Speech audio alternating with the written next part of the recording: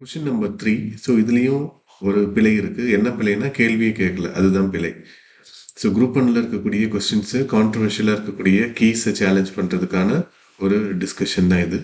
So இப்போ இந்த dream house scheme for Tamil ஸ்காலர்ஸ்ன்னு சொல்லியிருக்காங்க. அதாவது தமிழில் பார்த்தீங்கன்னா நல்லா தெரியும், தமிழ் ஆய்வாளர்களுக்கு அப்படின்னு சொல்லியிருக்காங்க. தமிழ் எழுத்தாளர்களுக்கு தான் இது தராங்க, சரிங்களா? இலக்கியவாதிகளுக்கு அவரவர் மாவட்டங்களில் விருப்பப்படி 15 சென்ட் நிலங்கள் வழங்கப்படுகிறது. அவரவர் மாவட்டம் கிடையாது, அவங்க எங்க நினைக்கிறாங்களோ அங்க வந்து கொடுக்குறாங்க. தமிழ்நாட்டில் தமிழ் எழுத்தாளர்கள் இத்திட்டத்தின் மூலம் பயனடைகிறார்கள், கரெக்ட். தமிழ் எழுத்தாளர்களுக்கு 5 சென்ட் நிலம் வழங்கப்படுகிறது, இதுவும் correct.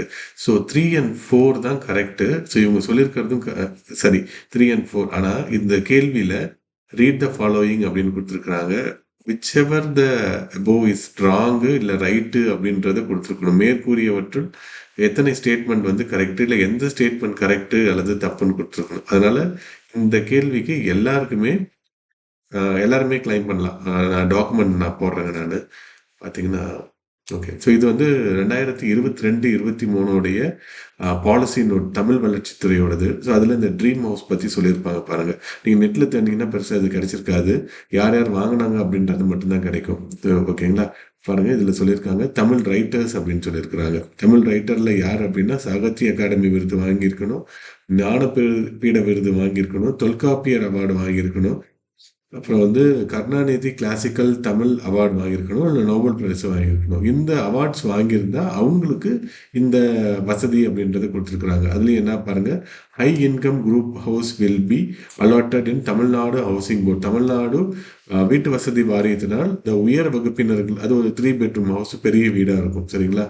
1500 square feet house will be built on a 5 cent vacant place அப்படின்னு சொல்றாங்க. 5 சென்ட் வேக்கன்ட் பிளேஸ் தருவாங்க. அது இல்லாமல் உங்களுக்கு வீடும் கட்டி தருவாங்க அப்படின்றது சொல்லியிருக்காங்க.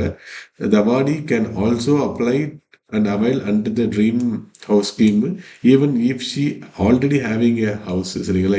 ஏற்கனவே அவங்களுக்கு ஒரு வீடு இருந்தாலுமே கூட இந்த வீடு வாங்குறதுக்கு அவங்களுக்கு முழு உரிமை இருக்கு.